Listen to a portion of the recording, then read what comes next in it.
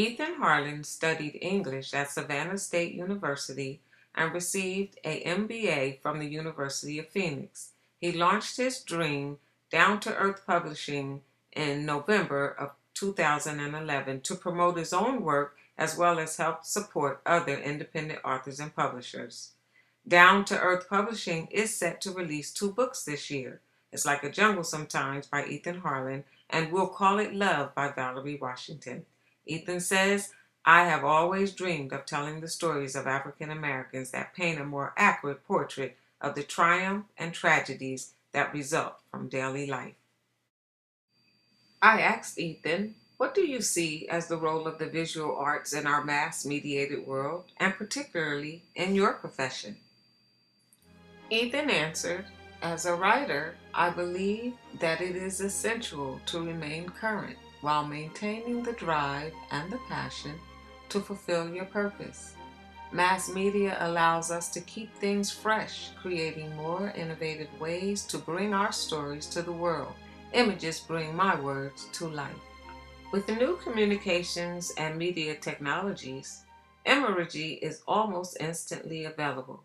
So I asked Ethan, do you believe that this is having a positive or negative influence on the industry?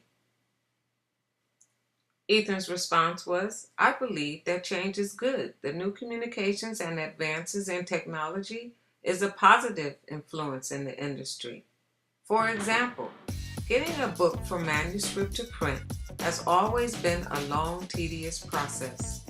Preparing images and editing is time-consuming and expensive. Now, as a result of technology, quality books are making it to the market much faster.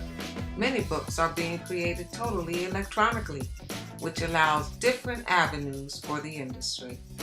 I asked Ethan, what popular images do you see that are frequently rechanneled throughout the entertainment industry? Ethan answered, images are important, and many have been popularized by the entertainment industry. Many images have been played out through the entertainment from ancient fairy tales. For example, we have seen numerous depictions of Cinderella on the big screen. Because if you tell a wish, it won't come true. I asked Ethan, are there particular images that this industry has popularized and or created?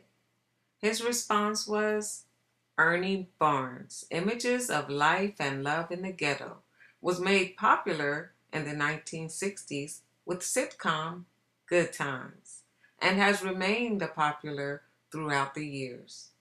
The images are not always seen, but often acted out in film. I then asked Ethan, who is a favorite visual artist of yours?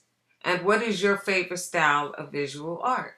What would you bring your camera? Ethan answered, Gordon Parks, photographer. He has been one of my biggest inspirations.